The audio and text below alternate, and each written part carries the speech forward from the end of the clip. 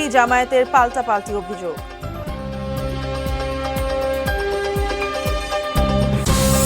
নির্বাচনে সন্ত্রাস চালালে পাল্টা জবাব দেবার হুঁশিয়ারি জামায়াত আমিরের।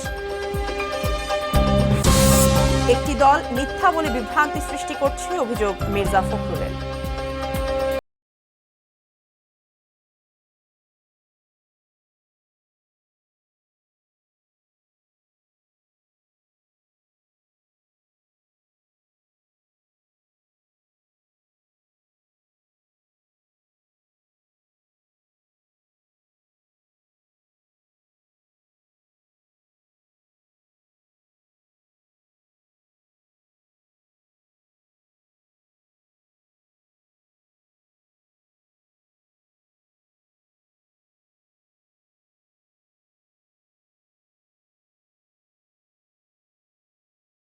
এটির নিউজ দেখছেন। সন্ধ্যা 6টার প্রাইম নিউজে আমন্ত্রণ জানাচ্ছি। সাথে আছি আমরা দুজন, আমি মারিয়া শিমু এবং সাথে আছি আমি সিয়াম রেজওয়ান। এতক্ষণ নাসির সিনটেক্স গ্রুপের সৌজন্যে সংবাদ শিরোনামগুলো শুনছিলেন। এবারে বিস্তারিত। শুরুতে বেলামের সৌজন্যে জাতীয় নির্বাচন ও গণভোটের খবর।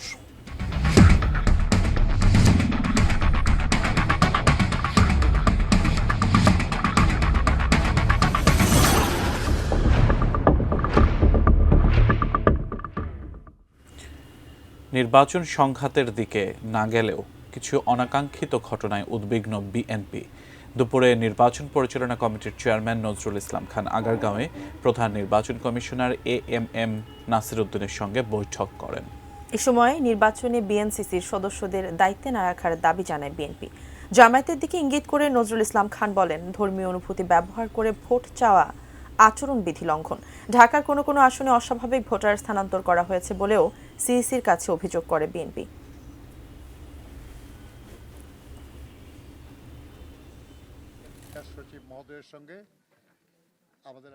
ভোটারের মাইগ্রেশন হয়েছে, বিশেষ বিশেষ কিছু এলাকায় অনেক নতুন ভোটার হয়েছে, যেটা অস্বাভাবিক।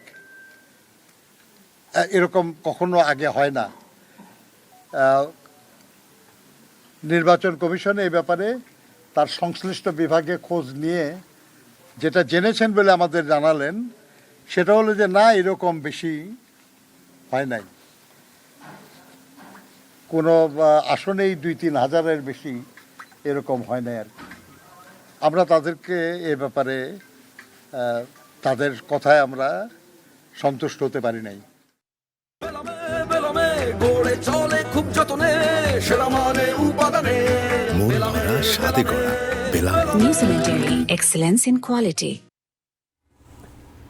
এর আগে একটি বিশেষ দল গভীর ষড়যন্ত্রের মাধ্যমে জামায়াত ইসলামীর আমির ডাক্তার শফিকুর রহমানের টুইটার অ্যাকাউন্ট হ্যাক করেছে বলে দাবি করে দলটি।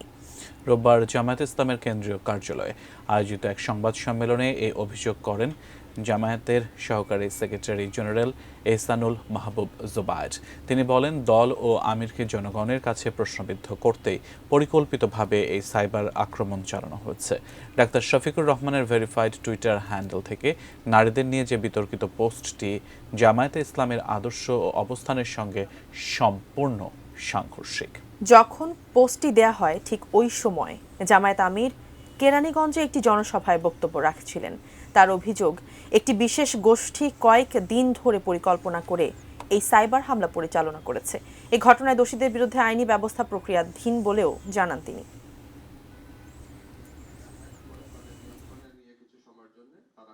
আমাদের গভীর আশঙ্কা যে এগুলোর সাথে বিশেষ একটি দল বা তাদের সাইবার টিমের কিছু চক্রান্ত এবং ষড়যন্ত্রকারী ব্যক্তিরা জড়িত আছেন, আমরা সেটা মনে করছি। আমরা এই বিষয়ে পদক্ষেপ নিয়েছি, আমরা বিবৃতি দিয়েছি, বক্তব্য দিয়েছি যে আমির জামাতের টুইটার অ্যাকাউন্ট হ্যাক হয়েছে এবং এই ধরনের অপপ্রচার চালানো হচ্ছে জামাত ইসলামের শীর্ষ নেতৃবৃন্দের বিরুদ্ধে, জামাত ইসলামের বিরুদ্ধে।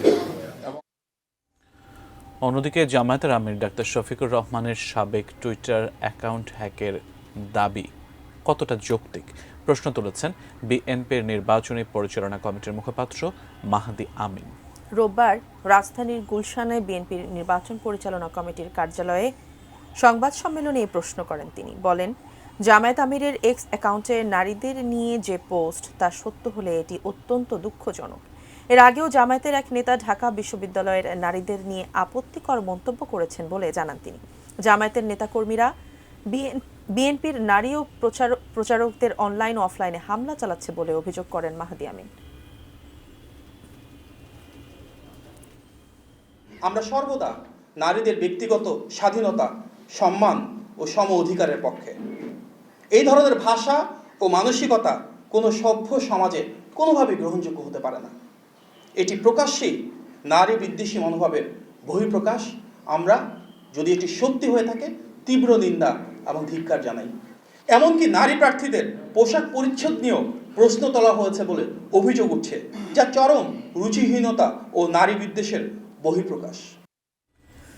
যারা নিজ দলের কর্মীদের হত্যা এখন জামায়াত কর্মীদেরও হত্যা করছে, তাদের হাতে দেশের মানুষ নিরাপদ নয় বলে মন্তব্য করেছেন জামায়াত আমির ডাক্তার শফিকুর রহমান। নির্বাচনে সন্ত্রাস চালালে সমুচিত জবাব দেওয়ার হুঁশিয়ারি দিয়ে জামায়াতের আমির বলেন, যতদিন 18 কোটি মানুষের মুক্তি না মিলবে ততদিন 24-এর তরুণরা জেগে থাকবে। শরীফুল ইসলামের ছবিতে মোহাম্মদ সোহাগ বিশ্বাসের প্রতিবেদন দেখুন। 28 জানুয়ারি বিএনপি ও জামায়াতের সংঘর্ষে নিহত জামায়াত নেতা রেজাউল করিমের কবর জিয়ারত করতে রোববার দুপুর 12টায় হেলিকপ্টারে শেরপুরের গোপালখাড়ি গ্রামে আসেন জামায়াতের আমির ডাক্তার শফিকুর রহমান। সেখানে নেতাকর্মীরা তাকে স্বাগত জানান। কবর জিয়ারত শেষে জামায়াতের আমির বলেন, যে রাজনীতির নামে মানুষ খুন হয় সে রাজনীতি ঘৃণার। যারা নিজেদের মধ্যে মারামারি করে নিজের মানুষ খুন করেন, আবার আমাদের লোক খুন করা শুরু করেছেন, তারা জাতিকে কি বার্তা দিচ্ছেন? আপনারা দেখেছেন এ পর্যন্ত একজন আসামিকে গ্রেপ্তার করা হলো না। স্পষ্ট দুবালিকে আমার সহকর্মীটা খুন হলো, কে করলো সেগুলা অলরেডি ভিডিও ফুটেজে চলে গেছে সবার কাছে। এরপরে প্রশাসন কেন নীরব?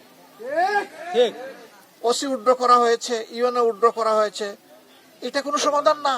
এরপর দুপুর 12:30টায় শেরপুর পৌর মাঠে 11 দলীয় জোটের নির্বাচনী সমাবেশে যোগ দেন জামায়াত আমির। এ সময় হাজার হাজার নেতাকর্মী তাকে স্বাগত জানান। নির্বাচন নিয়ে সন্ত্রাস চালালে সমান জবাব দেওয়ারও হুঁশিয়ারি দেন ডাক্তার শফিকুর রহমান। ধৈর্যের পরীক্ষা নেওয়ার কোনো দরকার নাই।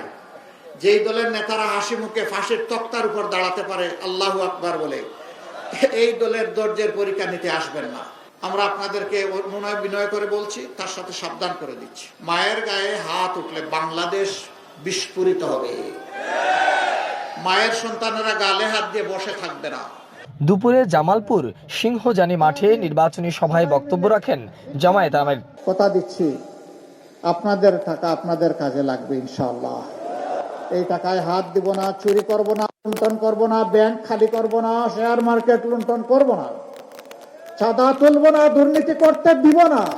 সভাগুলোতে প্রার্থীদের হাতে দাড়িপাল্লা প্রতীক তুলে দেন জামায়াতের আমির ডাক্তার শফিকুর রহমান। বিজয়মালা, দাড়িপাল্লা।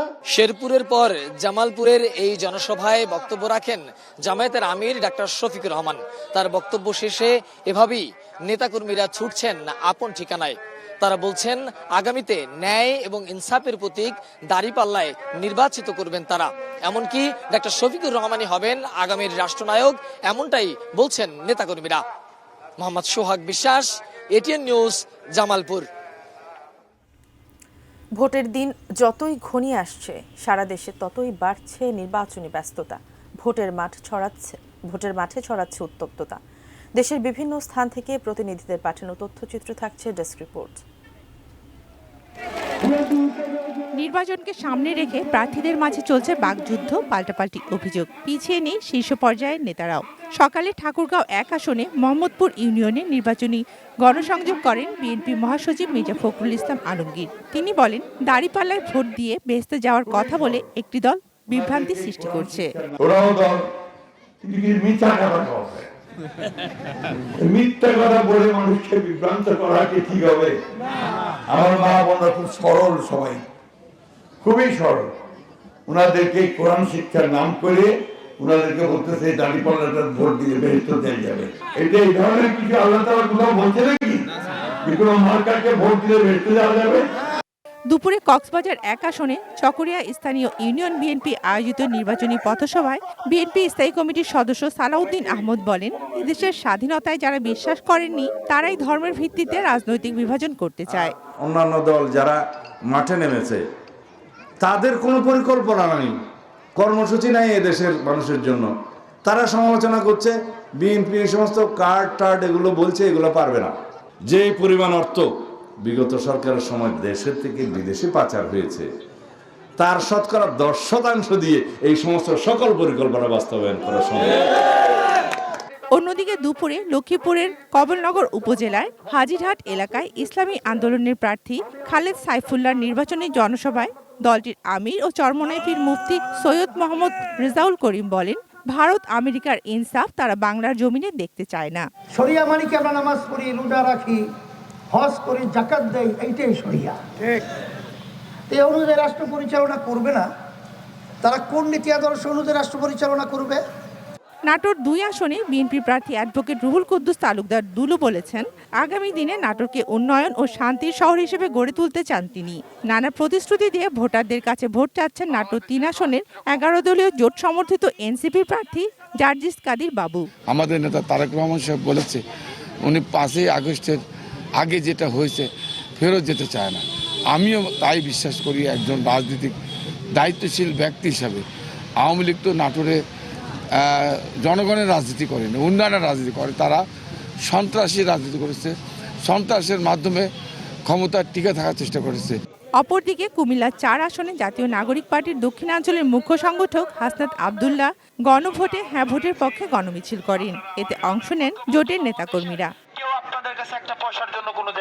এছাড়াও মুন্সিগঞ্জ, ফরিদপুর, নরসিংদী, সিরাজগঞ্জ সহ সারা দেশে নির্বাচনী প্রচারণা চালান প্রার্থীরা। Shakila Aziz, desk report, ATN news.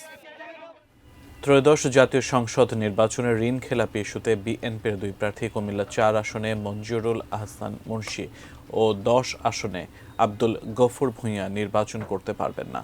প্রার্থিতা ফিরে পেতে এই 2 জনের লিভ টু আপিল বা আপিলের অনুমতি চেয়ে করা আবেদন খারিজ করে দিয়েছেন সর্বোচ্চ আদালত।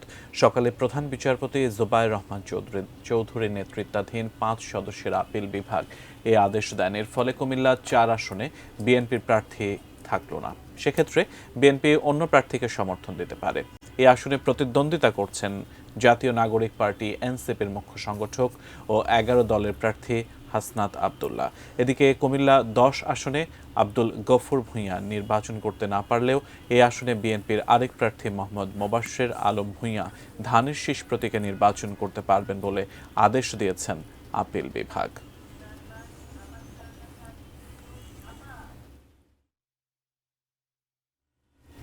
নির্বাচনকালে সহিংসতা নিয়ে বিদেশিদের উদ্বেগ দূর করতে কাজ করছে সরকার। একথা জানিয়ে পররাষ্ট্র উপদেষ্টা তৌহিদ হোসেন বলছেন, বড় রাজনৈতিক দলগুলোর প্রকাশ্য অবস্থান নির্বাচনে হ্যাঁ ভোটের জয়কে সহজ করে তুলবে।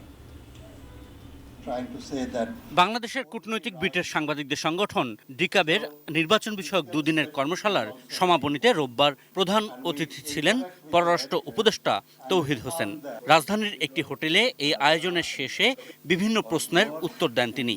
জানান, নির্বাচনের পর প্রধান উপদেষ্টার জাপান সফরের যে খবর গণমাধ্যমে এসেছিল সেরকম কোনো প্রস্তুতি নিচ্ছে না পররাষ্ট্র মন্ত্রণালয়। আমার জানা মতো এরকম কোনো প্রোগ্রাম নেই, কারণ যে প্রোগ্রাম তো একটা খাড়া করতে সময় লাগে বেশ কিছু। সেক্ষেত্রে আমাকে বলতে হবে যে উনি যাচ্ছেন এই সময়ের কাজে সেই প্রস্তুতি নেন, এরকম কোনো তথ্য আমার কাছে আসেনি।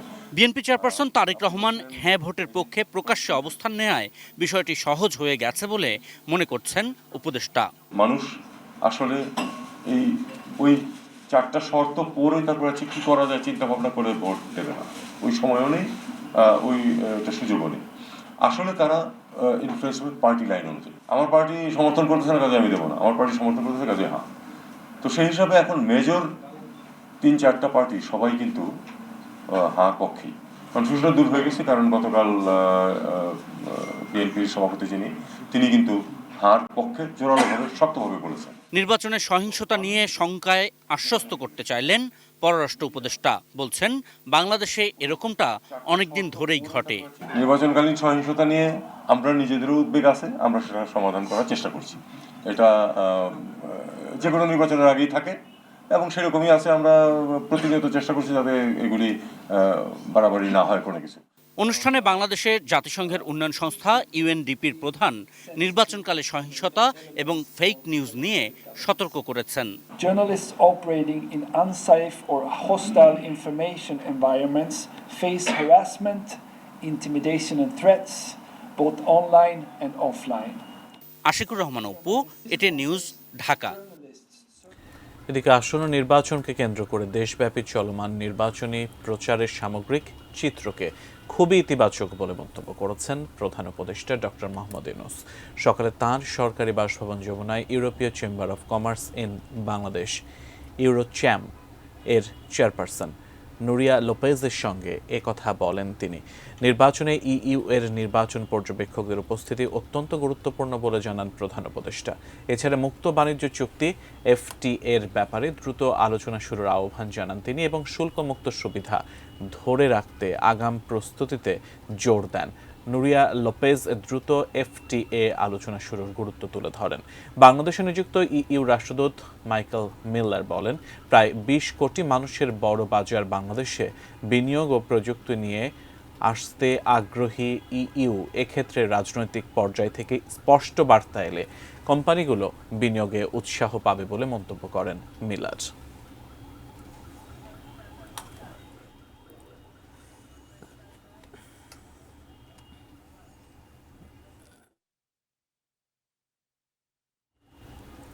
সন্ধ্যা ৬টার প্রাইম নিউজ দেখছেন। সময় হলো বাইজিৎ স্টিল বিরতিতে যাবার। বিরতির পর আরও যা থাকছে।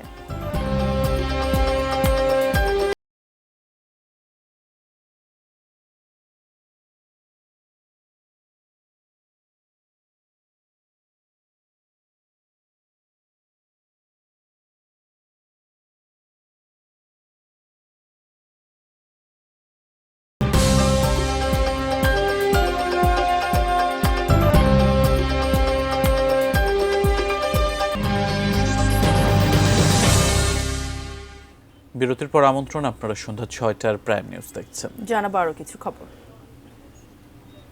জুলাই আগস্টের গণঅভ্যুত্থানে আশুলিয়ায় ৫ মরদেহের সঙ্গে জীবিত একজনকে পোড়ানো সহ ৭ জনকে হত্যার অভিযোগে সাবেক এমপি সাইফুল ইসলাম সহ ১৬ জনের বিরুদ্ধে মানবতা বিরোধী অপরাধের মামলার রায় আগামী ৫ই ফেব্রুয়ারি। রোববার বিচারপতি নজরুল ইসলাম চৌধুরীর নেতৃত্বাধীন ৩ সদস্যের আন্তর্জাতিক অপরাধ ট্রাইব্যুনাল ২ এদিন ধার্য করেন। গত ২০ জানুয়ারি রাষ্ট্র ও আসামিপক্ষের যুক্তিতর্ক উপস্থাপন শেষে মামলাটি রায়ের জন্য অপেক্ষমান রাখা হয়। এ মামলায় ঢাকা জেলার সাবেক অতিরিক্ত পুলিশ সুপার আবদুল্লাহিল কাফি, সাবেক অতিরিক্ত সুপার শাহিদুল ইসলাম, পরিদর্শক আরাফাত হোসেন, এসআই মালেক, এসআই আরাফাত উদ্দিন, এএসআই কামরুল হাসান, আফজালুল হক ও কনস্টেবল মুকুল কারাগারে আছেন। তবে সাবেক এমপি সাইফুল সহ ৮ আসামি পলাতক। ফেব্রুয়ারি আন্তর্জাতিক অপরাধ ট্রাইব্যুনাল ২ আশুলিয়ায় ওই নির্মম হত্যাযজ্ঞের মামলায় রায় ঘোষণা করবেন। একটা সভ্য দেশে পুলিশ বাহিনীর সদস্য হয়ে যারা জাতির সূর্য সন্তানদেরকে এইভাবে হত্যা করেছে তাদের অপরাধ ক্রিস্টাল ক্লিয়ারভাবে প্রমাণ হয়েছে। অপরাধীদের চেহারা ভিডিওগ্রাফির বা ভিডিওর মাধ্যমে চিহ্নিত হয়েছে। ঘটনাস্থলে লাইভ উইটনেস আছে এবং প্রত্যক্ষদর্শী সবাই সাক্ষী দিয়েছেন। কাচের মতো স্বচ্ছভাবে প্রমাণিত হয়েছে। সুতরাং আসামিদের সর্বোচ্চ শাস্তি আমরা প্রত্যাশা করছি। জুলাই গণ অভ্যুত্থানে রাজধানীর চাংখারপুলে ৬ জনকে হত্যা মামলায় আন্তর্জাতিক অপরাধ ট্রাইব্যুনালের রায়ে কম সাজা পাওয়া ৫ পুলিশ সদস্যকে আপিল নিষ্পত্তি না হওয়া পর্যন্ত জামিন না দেওয়ার নির্দেশ দিয়েছেন আপিল বিভাগের চেম্বার আদালত। প্রসিকিউশনের আবেদনের পরিপ্রেক্ষিতে আদালত রোববার এ আদেশ দেন। হত্যা মামলায় চাংখারপুল সংক্রান্ত যে ম্যাসাকার হয়েছিল সেই মামলায় যে ৫ জন আসামিকে লঘুদণ্ড দেওয়া হয়েছে তাদের বিরুদ্ধে আমরা একটা আপিল ফাইল করেছি। সেখানে আমরা দুটো প্রেয়ার করেছিলাম চেম্বার জাজের কাছে। একটা হচ্ছে সাজার মেয়াদ যাই হোক কোনো আসামি আপিল নিষ্পত্তি না হওয়া পর্যন্ত যেন কারাগার থেকে মুক্তি না পায়, আদালত সেটা মঞ্জুর করেছেন। অর্থাৎ এই আপিল নিষ্পত্তি না হওয়া পর্যন্ত তাদের সাজা যতটাই হোক তারা কেউ কারাগার থেকে মুক্তি পাবেন না। দ্বিতীয়টা ছিল যে কনস্টেবল সুজনেরকে লঘুদণ্ড দেওয়ার ব্যাপারে ট্রাইব্যুনালে যে সমস্ত যুক্তি ছিল সেই যুক্তিগুলোর ব্যাপারে আমরা স্থগিতাদেশ চেয়েছিলাম, সেই যুক্তিগুলোর ব্যাপারে স্থগিতাদেশ দিয়েছে। সুতরাং এই যে যুক্তিতে ওনাকে কম সাজা দেওয়া হয়েছিল এই যুক্তিকে কোনো দৃষ্টান্ত হিসাবে অন্য কোনো আদালতে আর ব্যবহার করা যাবে না। ক্ষমতাচ্যুত প্রধানমন্ত্রী শেখ হাসিনার উপদেষ্টা সালমান এফ রহমানকে রিমান্ডে জিজ্ঞাসাবাদ শুরু করেছে দুর্নীতি দমন কমিশন দুদক। এদিকে সংস্থাটির আবেদনে ঢাকা উত্তর সিটি কর্পোরেশন ডিএনসিসির প্রশাসক মোহাম্মদ এজাজের বিদেশ যাত্রায় নিষেধাজ্ঞা দিয়েছেন আদালত। ছাত্র জনতার আন্দোলনে ক্ষমতাচ্যুত হওয়ার আগ পর্যন্ত নানাভাবে আলোচিত সমালোচিত শেখ হাসিনার উপদেষ্টা সালমান এফ রহমান, তার বিরুদ্ধে ব্যাংক, শেয়ার বাজার থেকে অর্থ লুটপাট সহ নানা অভিযোগ।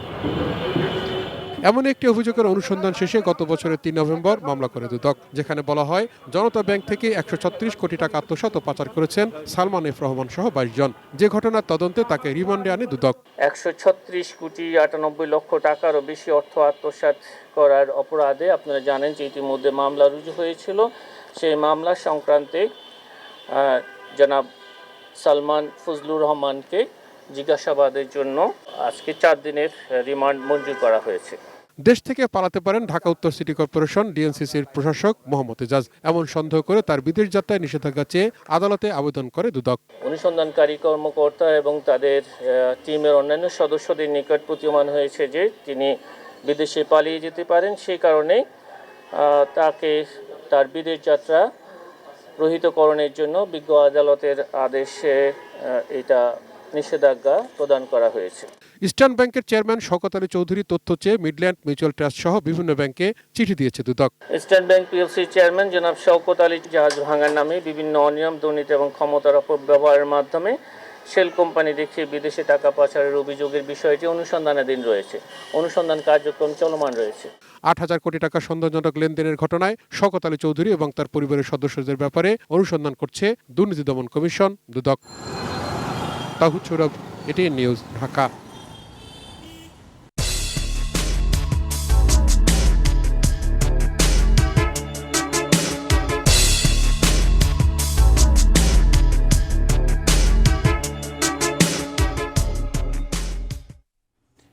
বাণিজ্য সংবাদ presented by Pubali bank PLC. বাণিজ্য সচিব মাহবুবুর রহমান জানিয়েছেন, আগামী ৯ ফেব্রুয়ারি ওয়াশিংটনে ঢাকা ও ওয়াশিংটনের মধ্যে পারস্পরিক বাণিজ্য চুক্তি হতে যাচ্ছে।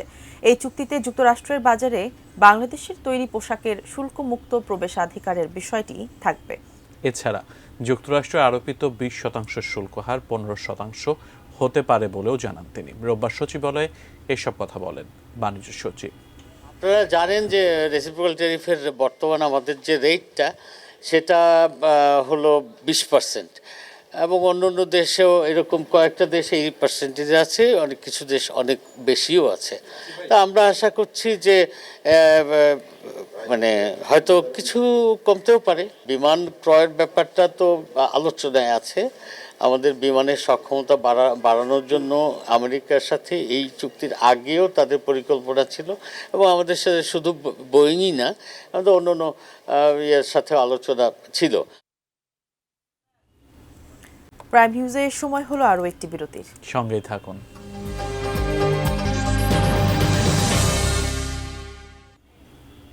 বিরতির পর আবার আমন্ত্রণ প্রাইম নিউজে। র্যাপিড অ্যাকশন ব্যাটালিয়ন র্যাবের গুলিতে পা হারানো লিমন হোসেনকে 2,60,00,000 টাকা ক্ষতিপূরণ দিতে কেন নির্দেশ দেওয়া হবে না তা জানতে চেয়ে রুল জারি করেছেন হাইকোর্ট। রোববার বিচারপতি আহমেদ সোহেল ও বিচারপতি ফাতেমা আনোয়ারের হাইকোর্ট বেঞ্চ এই রুল জারি করেন। লিমন ক্ষতিপূরণ চেয়ে সম্প্রতি হাইকোর্টে রিট আবেদন দায়ের করেন। তার আইনজীবী ব্যারিস্টার সারা হোসেন জানান, লিমনকে গুলি করা, তার নামে মামলা করা এবং তাকে নির্যাতন করা যা কেন বেআইনি ও অসাংবিধানিক ঘোষণা করা হবে না জানতে চেয়ে 4 সপ্তাহের জন্য রুল জারি করেছেন উচ্চ আদালত। 2011 সালের 23 মার্চ ঝালকাঠির রাজাপুর উপজেলার জমাদ্দার হাটে র্যাবের অভিযানের সময় গুলিবিদ্ধ হন লিমন হোসেন। এবারে মেটাল প্রেজেন্স কৃষি সংবাদ, সুজলা সুফলা।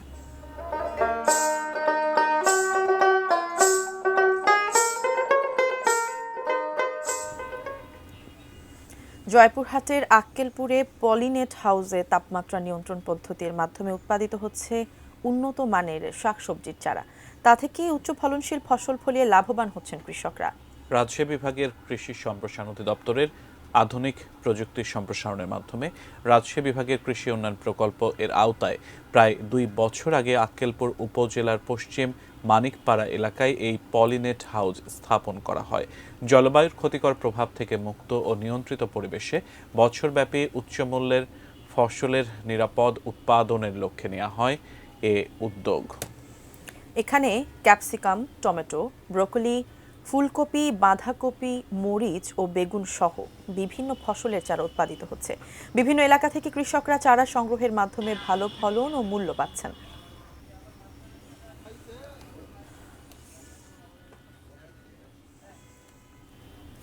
প্রাইম নিউজ থেকে আবারও বায়েজিৎ স্টিল বিরতিতে যাচ্ছি। বিরতির পর আরও যা থাকছে।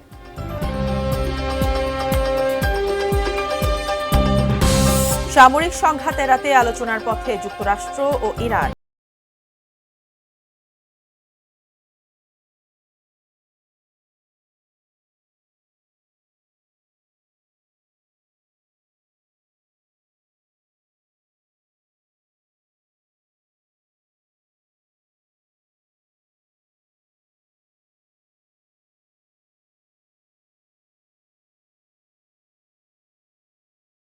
আবার আমন্ত্রণ, প্রাইম নিউজ দেখছেন। এবারে সন্ধানী লাইফ ইন্স্যুরেন্স কোম্পানি লিমিটেডের সৌজন্যে দেশের বাইরের খবর।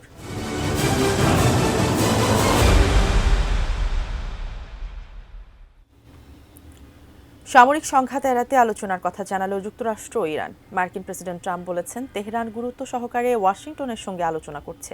অন্যদিকে ফলপ্রসূ আলোচনার জন্য একটি কাঠামো গঠনের কাজ এগিয়ে চলছে বলে জানিয়েছে ইরান।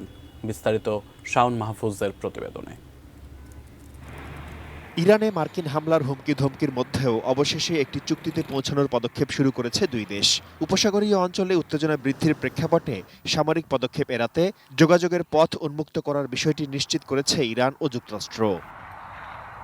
এয়ারফোর্স ওয়ানে সাংবাদিকদের সঙ্গে আলাপে মার্কিন প্রেসিডেন্ট ট্রাম্প বলেন, ইরানের পারমাণবিক অস্ত্রমুক্ত একটি চুক্তিতে সম্মত হওয়া উচিত, কিন্তু তিনি নিশ্চিত নন তারা এই ধরনের চুক্তিতে স্বাক্ষর করবে কিনা। তবে তেহরান গুরুত্ব সহকারে ওয়াশিংটনের সঙ্গে আলোচনা করছে বলে জানান তিনি।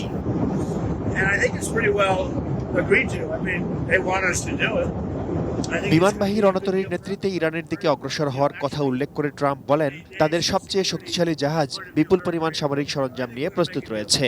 তিনি আশা করেন ইরান এমন কিছু নিয়ে আলোচনা করবে যা তার কাছে গ্রহণযোগ্য হবে। এছাড়া সৌদি প্রতিরক্ষামন্ত্রী প্রিন্স খালিদ বিন সালমানের মন্তব্য নিয়েও তাকে প্রশ্ন করা হয়। প্রিন্স খালিদ যুক্তরাষ্ট্রের এক বৈঠকে বলেছেন, ট্রাম্প যদি হামলা না চালান তাহলে ইরানের সরকার আরও শক্তিশালী হয়ে উঠবে। এই প্রশ্নের জবাবে মার্কিন প্রেসিডেন্ট বলেন, অনেকে এটি মনে করেন, অনেকে আবার মনে করেন না। এর আগে আলোচনার বিষয়টি নিশ্চিত করেছেন ইরানের সুপ্রিম ন্যাশনাল সিকিউরিটি কাউন্সিলের প্রধান আলী লারিজানি। সামাজিক যোগাযোগ মাধ্যম এক্সে তিনি বলেছেন, কৃত্রিমভাবে বানানো মিডিয়া যুদ্ধের ন্যারেটিভের বিপরীতে ফলপ্রসূ আলোচনার জন্য একটি কাঠামো গঠনের কাজ এগিয়ে চলছে। Shaon Mahfuz, desk report, ATN news. এবারে ইস্পাহানি স্পোর্টস নিউজ।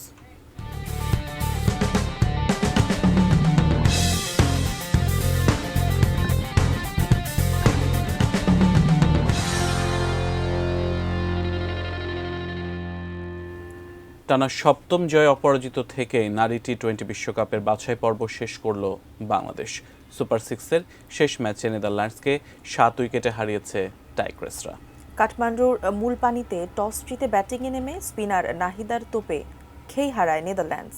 দলীয় 23 রান তুলতেই 5 উইকেট হারিয়ে ধুঁকতে থাকে তারা।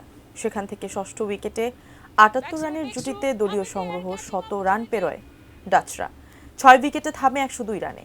রান তারায় 6 রানেই ফেরেন বাংলাদেশের দুই ওপেনার দিলারা আক্তার ও জুয়াইরিয়া ফেরদৌস। মাঝে অধিনায়ক নিগার সুলতানা জ্যোতির সঙ্গে জুটি গড়ার চেষ্টা করেও ব্যর্থ হন শারমিন আক্তার। তবে চতুর্থ উইকেটে 57 রানের অবিচ্ছিন্ন জুটিতে 20 বল হাতে রেখে জয় নিশ্চিত হয় বাংলাদেশের।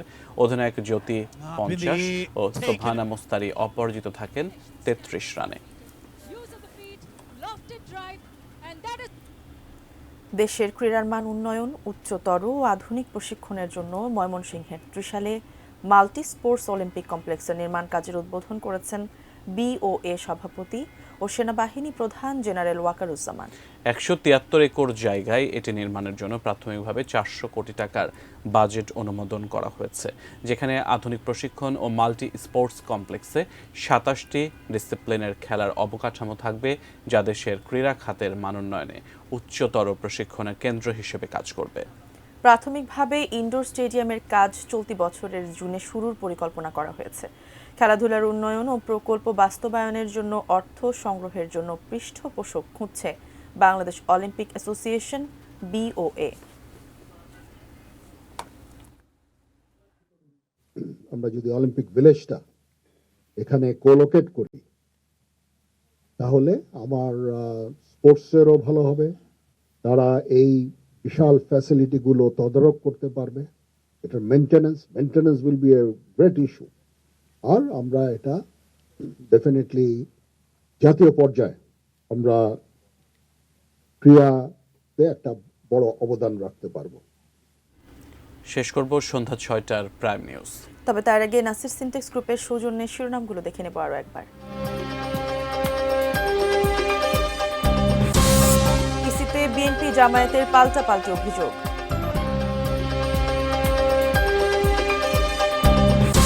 নির্বাচনে সন্ত্রাস চালালে পাল্টা জবাব দেওয়ার হুঁশিয়ারি জামায়াত আমিরের। একটি দল মিথ্যা বলে বিভ্রান্তি সৃষ্টি করছে, অভিযোগ মির্জা ফখরুলের। নির্বাচন করতে পারছেন না বিএনপির মঞ্জুর আহসান মুন্সি ও গফুর ভূঁইয়া। বড় দলগুলোর প্রকাশ্য অবস্থান সহজ করবে হ্যাঁ ভোটের জয়, মন্তব্য পররাষ্ট্র উপদেষ্টার। আশুলিয়ায় 5 মরদেহ পোড়ানো সহ 7 জনকে হত্যা মামলার রায় বৃহস্পতিবার। ঢাকা উত্তর সিটির প্রশাসক এজাজের বিদেশ যাত্রায় নিষেধাজ্ঞা। র্যাবের গুলিতে পা হারানো লিমনকে ক্ষতিপূরণ দেওয়ার প্রশ্নে হাইকোর্টের রুল। সামরিক সংঘাত এড়াতে আলোচনার পথে যুক্তরাষ্ট্র ও ইরান। এবং অপরাজিত থেকেই নারী টি-20 বিশ্বকাপের বাছাই পর্ব